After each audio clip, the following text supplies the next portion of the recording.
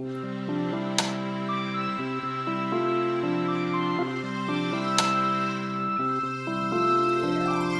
can show you the world, shining, shimmering, splendid. Tell me, princess, now when did you last let your heart decide? I can open your eyes, take you wonder by wonder, over, sideways, and under, on a magic carpet ride. A whole new world, a new fantastic point of view. No one to tell us no, or where to go, or say we're only dreaming. A whole new world, a dazzling place I never knew. But when I'm way up here, it's crystal clear that now I'm in a whole new world with you. Unbelievable sights, indescribable feeling, soaring, tumbling, freewheeling through an endless diamond sky. A whole new world, 100,000 things begin.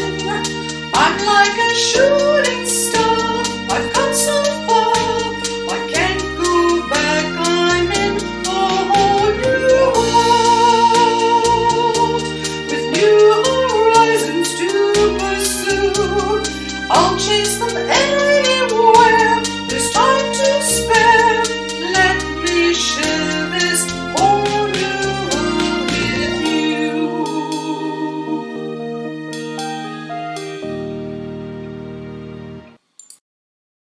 Hello, everybody.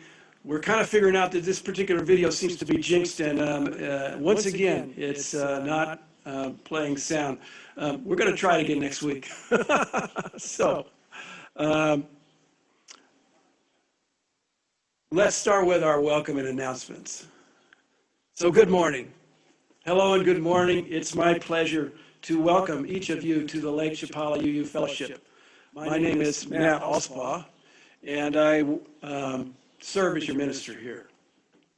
Some of us are bringing our best selves into this space, and some of us are bringing our struggling selves this morning, yes, and including pieces that we might be a little embarrassed or ashamed of. But all of us are welcome here, and all of us are loved. Some of us already have open hearts, and some of us aren't quite there yet because our hearts have gotten a little beat up this week, and we might have forgotten how to be trustworthy, trusting, and open. Your heart is welcome here no matter how bruised. You are welcome among us. All of us are imperfect, but we're here to drop our defenses and trust what happens in worship, that what happens in worship is important and powerful and life-giving. Together, we affirm that day that we can make each of us braver, wiser, more compassionate than we were when we woke up this morning. We welcome you here. And I offer a special welcome to you. If you are newly with us this morning, we're honored by your curiosity and presence. We invite you to stay with us for discussion afterwards. We also have with us Cate Howell as service leader, along with Roy Haynes, Kat Barnett, Jan Manning, and Charlie Jacobs assisting, and Michael Reason on piano. And then remotely, Richard Clark, Trudy Crippen, Colleen Beery, and Pamela Cousinel providing remote tech support. I hope I didn't leave anybody else out. The team just gets larger and larger. And so I just want to welcome you with live from Fellowship Hall. This is our LCUUF Sunday service. So I want to offer a brief kind of this ongoing orientation, introduction to Zoom and how we're using it. Each week I'm here, I'll try to say a word or two about some of the features of this software that I think most of us are getting well more familiar with than we would have ever thought or maybe even wanted to. One of the big things that we try to do here with our Sunday services is to have a time for discussion after the service. We also have a time for discussion before the service, 15 minutes or so before, and many of you were here for that. But for after the service, we do small breakout groups. What we figured out is we'd like to ask you to help us with this. If you're not planning to stay for the breakout groups, as soon as we start talking about that, we just invite you, if you don't mind, just to leave at that point. If you stay around, we're going to assume that you're willing to join a breakout group.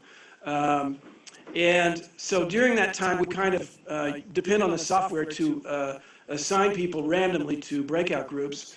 And we're hoping that all the folks who are still around are willing to be in a breakout group, and that we will have a decent number of folks in each group.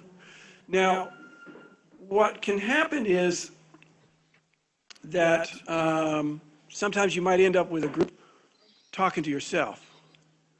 And if that happens, just hit leave room, and you'll be put back into the main room, and we'll try to get you into another breakout room. So I just wanted to offer you that suggestions. Now, announcements. Our announcements were up on the screen in the beginning in sort of a rotating slideshow. If you missed that, tomorrow in our daily sharing, we will put a link to the announcements so you can go back and read them, also copy down email addresses and all that sort of thing. And so now let us light our chalice. Several seconds.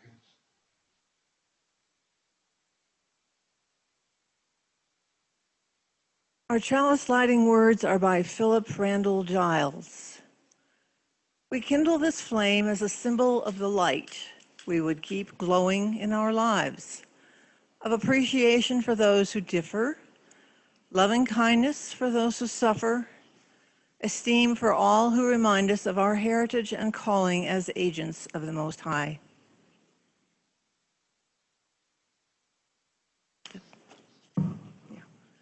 Chalice.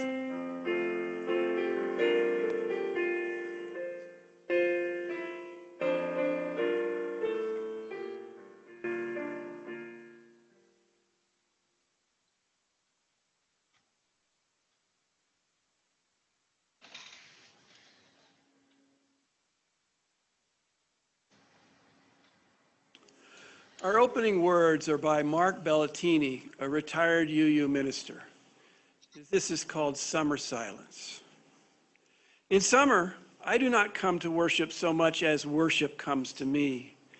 In the morning, golden light splashes across my rooms, and roses the color of wine greet me in the alley.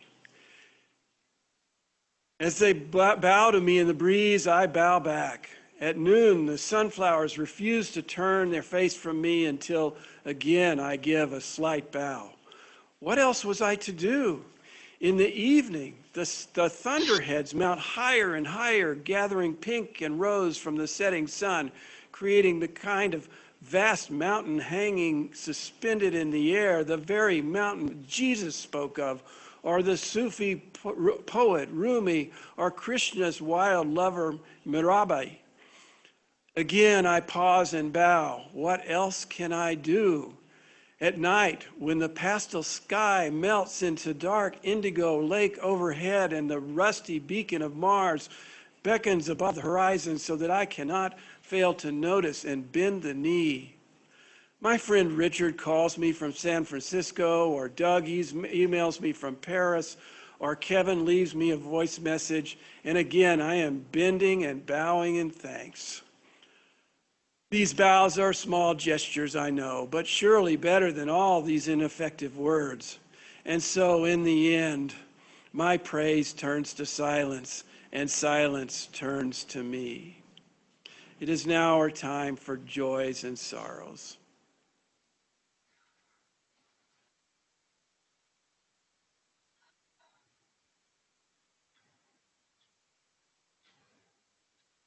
Each week, we take time to remind ourselves that we belong to a community which cares for each other. We do this by sharing any significant joys or sorrows in our lives, If you have a joy or a sorrow or concern to share today, you can type it into the chat and we'll try to read those aloud. We will start with our sorrows.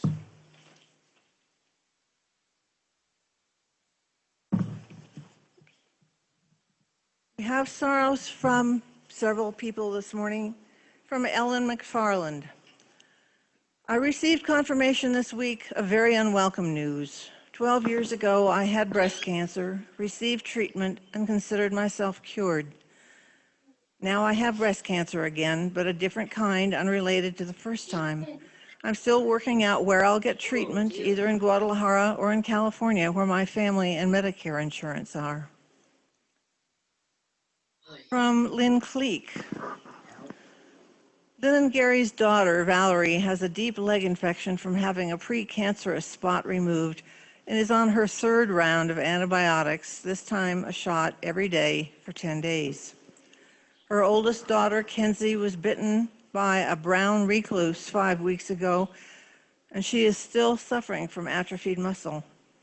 Her youngest daughter, Tristan, has been diagnosed with POTS, postural orthostatic tachycardia syndrome. She has fainted 3 times, causing concussions. The ER doctor says it is the worst case he's ever seen, going to have to apply for disability because she can't be left alone until they hopefully get it under control. On top of that, their landlord is selling the house. They've increased the rent by $600 and they have to find another place to live.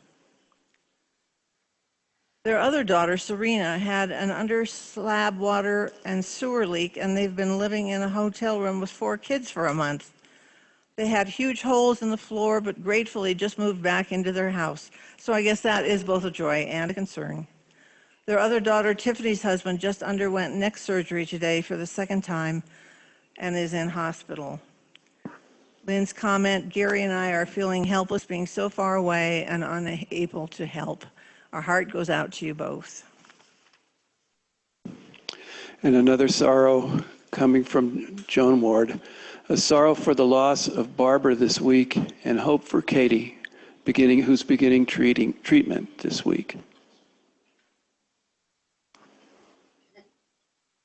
Sorry, we don't know them. Okay, we will now go to our joys. Let us begin by recalling the joys, whatever you may be celebrating, whatever evokes a feeling of joy or peace for yourself or others.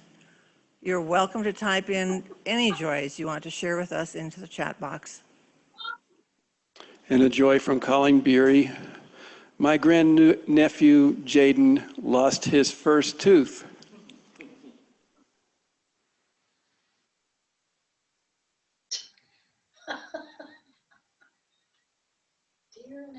I believe that is all of the joys we have, okay? Our care candle. Dan will be lighting it for us today. Our care candle is provided by our care team, represents those sorrows that are too raw, too difficult for us to share aloud. We will light this candle to those sorrows which remain present but are left unspoken.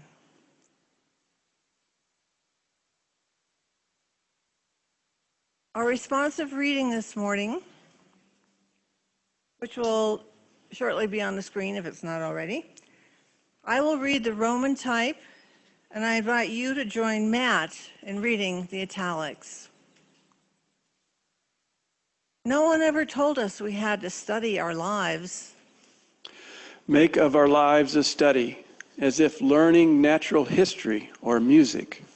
That we should begin with the simple exercises first and slowly go on trying the hard ones.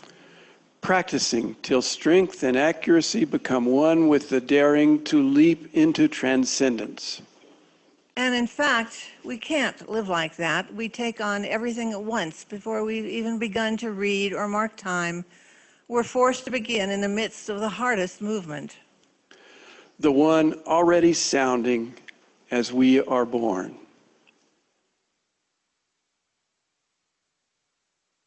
Our hymn this morning is Touch the Earth, Reach the Sky. Michael will be playing Linda will be singing. Please join in.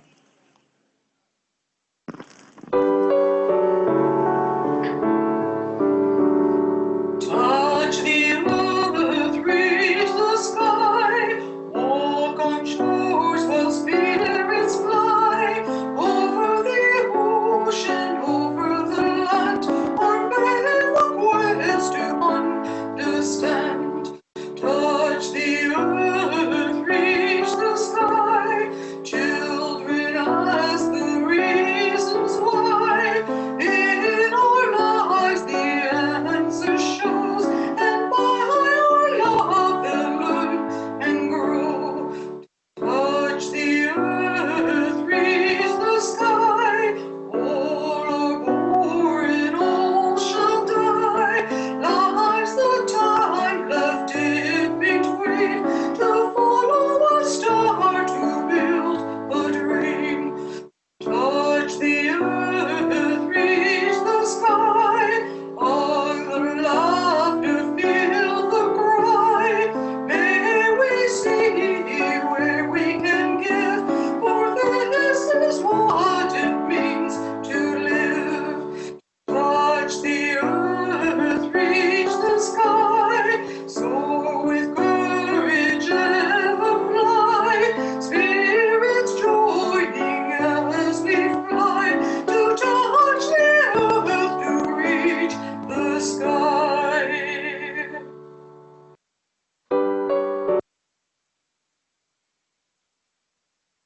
Our first reading this morning is by Rainer Maria Rilke. It is called Alles noch nie Gesagte. And if you speak German better than I do, please forgive the pronunciation. I believe in all that has never yet been spoken. I want to free what waits within me, so that what no one has dared to wish for may for once spring clear without my contriving. If this is arrogant, God, forgive me, but this is what I need to say. May what I do flow from me like a river, no forcing and no holding back, the way it is with children. Then in these swelling and ebbing currents, these deepening tides moving out, returning, I will sing to you as no one ever has, streaming through widening channels into the open sea. Our sermon this morning is in two parts. Matt will be talking on breaking out of the 3 boxes of life.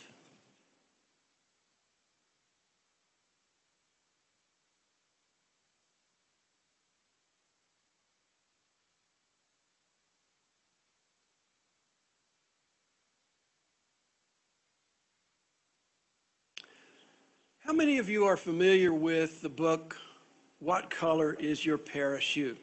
By Richard Bolles?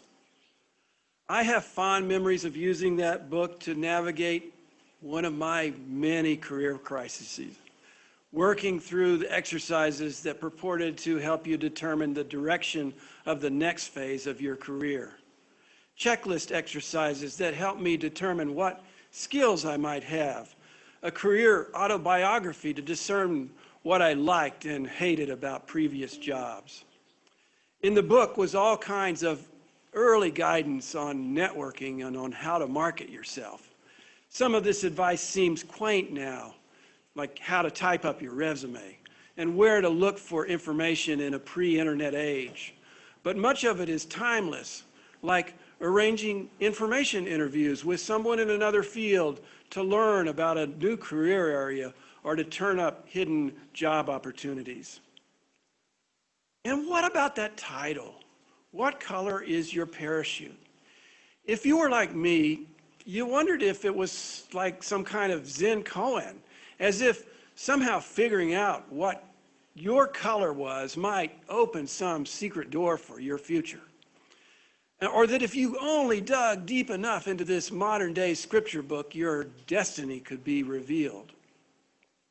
I've learned that the truth is a bit more mundane than its interpretation. In fact, Bolles is not some kind of career counseling guru, but was an Episcopal priest. While he was one of the priests on the staff at Grace Cathedral in San Francisco, he learned through the grapevine that many of his staff were worried about their future and were planning to bail out. Bolles jotted those words, "What color is your parachute?" on his blackboard to remind himself that he needed to find out what this bailing out was about. His colleagues found this comment humorous, and that might have been it. But the worries of his staff were real, and the church soon hit financial troubles, and Bolles was, I think the current HR buzzword is, off-boarded, given the pink slip, let go, terminated. He picks up the story from here. I quickly found another position in the Episcopal Church where I was in charge of visiting Episcopal ministers doing ministry on any college or university campus in the 9 western states. As I went from campus to campus, I discovered that the budget crunch was nationwide, and they were, one by one, losing their jobs as well. They assumed I would have some advice on what to do next. I didn't have a clue. But I did have a generous travel budget, and moreover, how I spent my time was entirely up to me. So I crisscrossed the country, asking 2 questions of everyone whose name was given to me as an expert. How do you change careers without necessarily having to go back to college? And how do you find a job if the traditional methods, resumes, employment agencies, and classified newspaper ads don't turn up anything? Eventually, I added a 3rd question. If you don't know, who do you think would know?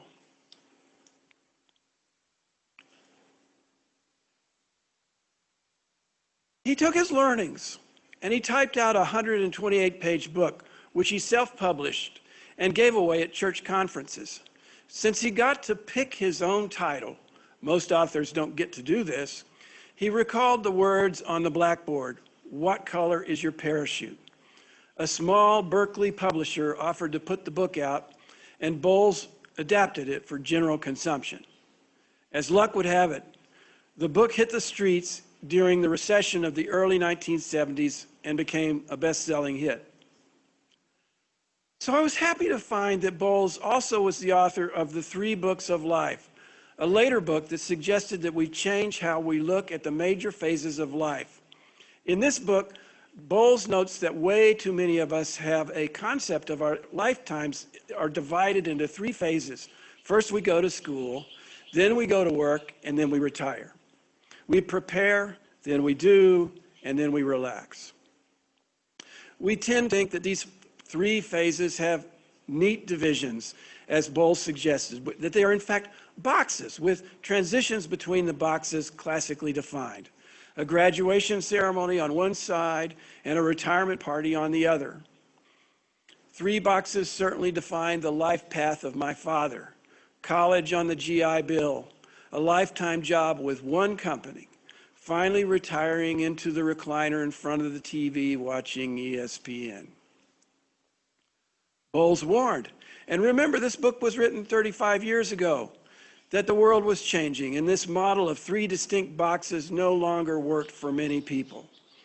It might have worked for people like my dad, members of this GI generation or the silent generation, but it began to fall apart for some of us boomers and threatens to completely unravel for Xers and millennials. Today, the boxes are sliced up and rearranged throughout our lives, and our whole adult lives are fragmented into snatches of work and education and planned or unplanned leisure, that is to say, unemployment. In the future, the blending may be even more complete. Lots of folks in the gig economy work from contract to contract or from hustle to hustle. The wise ones fold in education into the spaces in between work, always trying to keep up. They strive to also manage the leisure time that emerges between contracts, beach time as some of them call it, so that they don't burn out during the pressure of work deadlines. The wisest of these modern workers also plan their life trajectory so that they can continue to work with doing what they love well past the traditional retirement age, for they doubt that Social Security or other retirement funds will be there for them. The less wise among them, well, maybe they just hope their children will take them in. More recently, younger people, millennials mostly, have developed this idea called financial independence, retire early, or the FIRE movement, promoting frugality and savings in order to get to a point of being able to retire early. But for many, retirement doesn't mean not working. It means being able to pick and choose their work with a freedom that's impossible if they have to work. Now, the curious thing about the FIRE movement is it's based on a book called Your Money or Your Life by Vicki Robin and Joe Dominguez, a book that Liz and I read back in the 1990s and which influenced how we approached our work and post-work lives. So I find myself a bit of a peculiarity among migrants to Lakeside, a person who still works a bit between the boxes. You know, I'm sort of not quite retired and still doing a little bit of education here and there. I know some of you are like that too, still educating yourself, still enjoying a slower pace of life, whether you call it retirement or not. Now our next reading.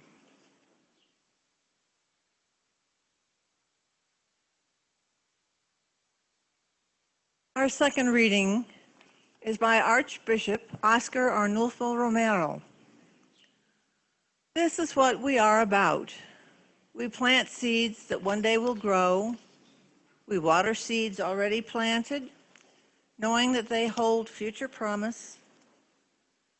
We lay foundations that will need further development.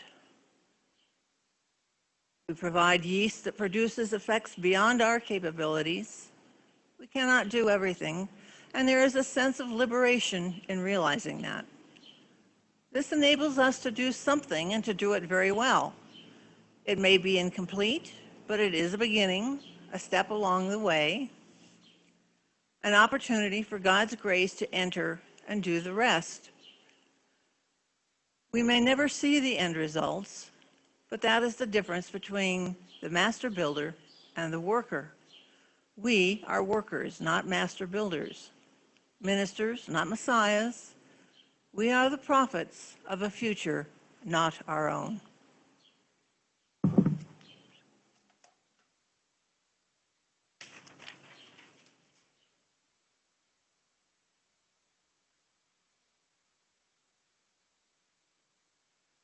As the three boxes model fades away, I see another change coming.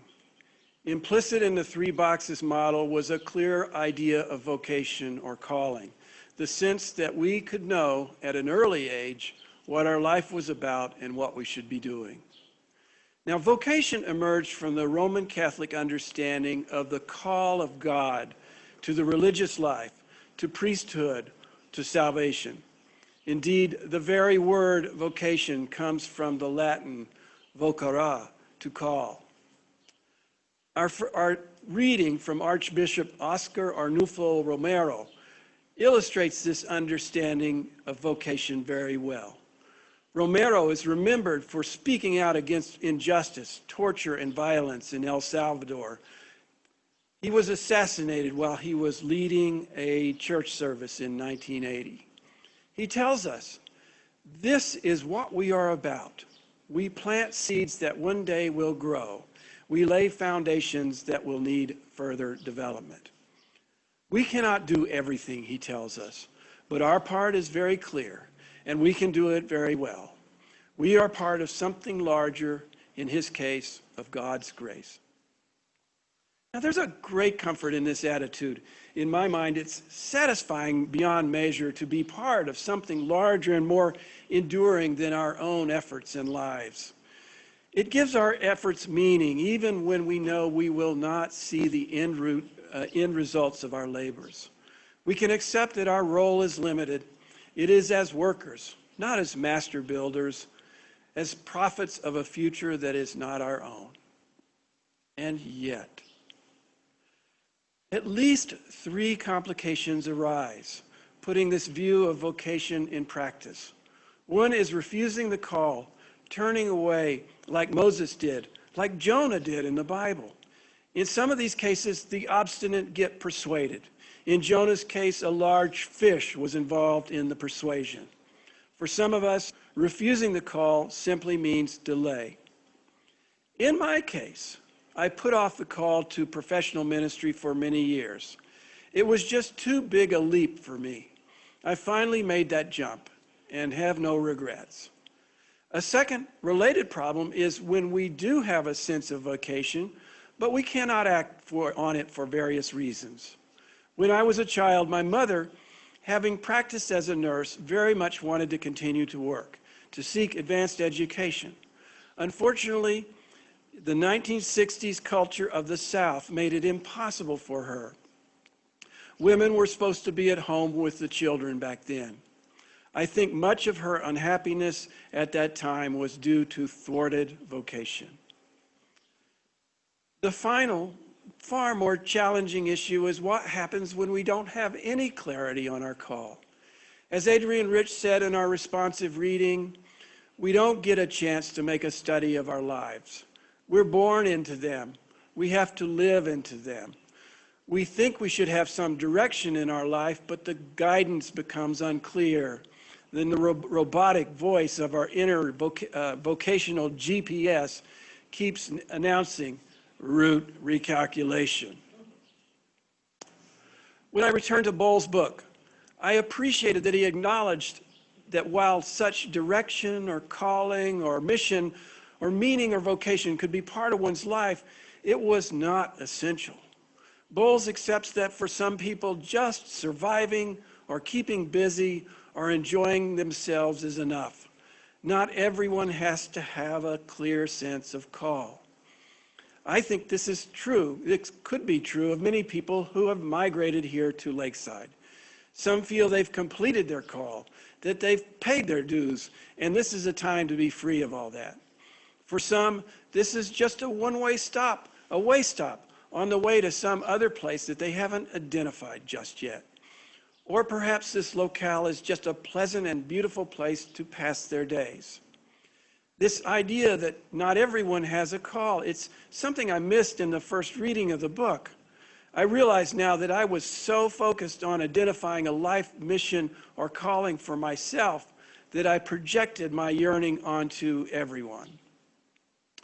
Maybe for some people, maybe for most people, the calling is really about waiting for a calling to emerge.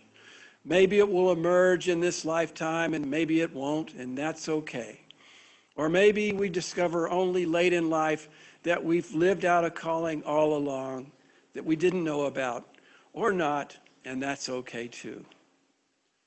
Rainer Maria Rilke, one of my favorite poets, so wonderful that I might have to learn to read German to fully take his writing in, speaks to this in Alles noch Gestachta, all that has never been spoken.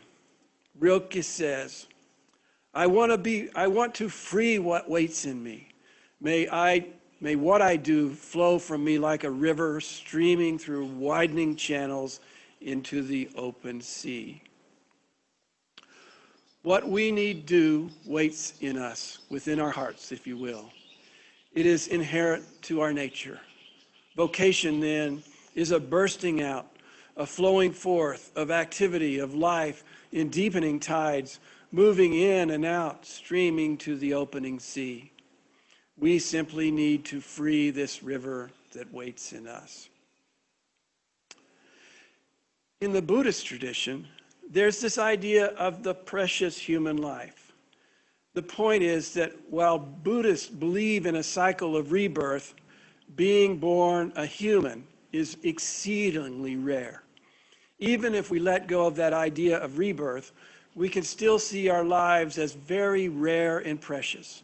The fact that we are born here in a relatively safe society, relatively comfortable, with learning available to us, and with at least some freedom of choice in life path, All of these are rare and precious things. To see this, we need only compare our life situations to lives in other places in the world and to human life in history. Our lives are rare and precious. Hence, we have a strong motivation to make the best of these precious human lives. I recently encountered a brief text from the Platform Sutra of the sixth patriarch, one of the most important of the early Zen Buddhist teachers. That text reads, Buddhas and scriptures are now not outside. They are always there within us, waiting for our call. If you can't find the Buddha, search for someone who can point the way to him. But if you experience this enlightenment within yourself, do not rely on anyone outside. No outside teacher produces enlightenment.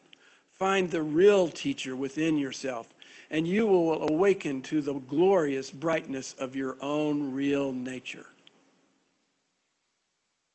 No boxes. No artificial structure for how to live our lives. No outside advice. No outside teaching. The real source is within us. To live an authentic life, stay tuned to that source. Accept what waits to spring out from within us in its own time. And then let it flow. Let it flow.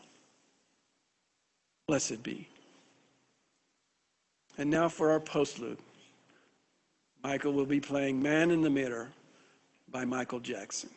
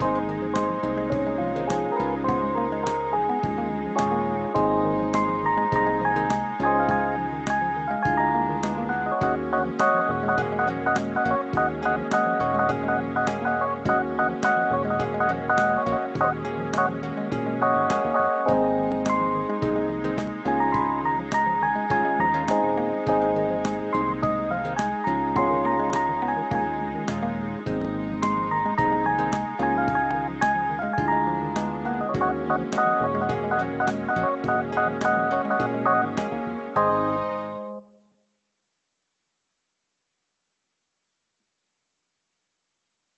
closing words are by Donna Markova. May we choose to inhabit our days, to allow our living to open us, to make us less afraid, more accessible, to loosen our hearts until they become wings, torches, promises. May each of us choose to risk our significance, to live so that which comes to us as seed goes to the next as blossom, and that which comes to us as a blossom goes on as fruit.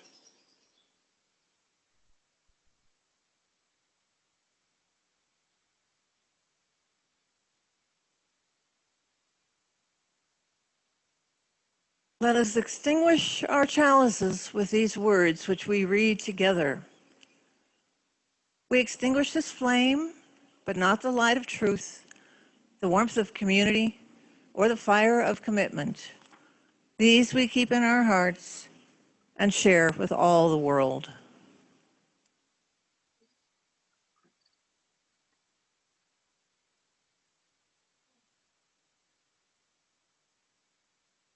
Thank you for joining us this morning.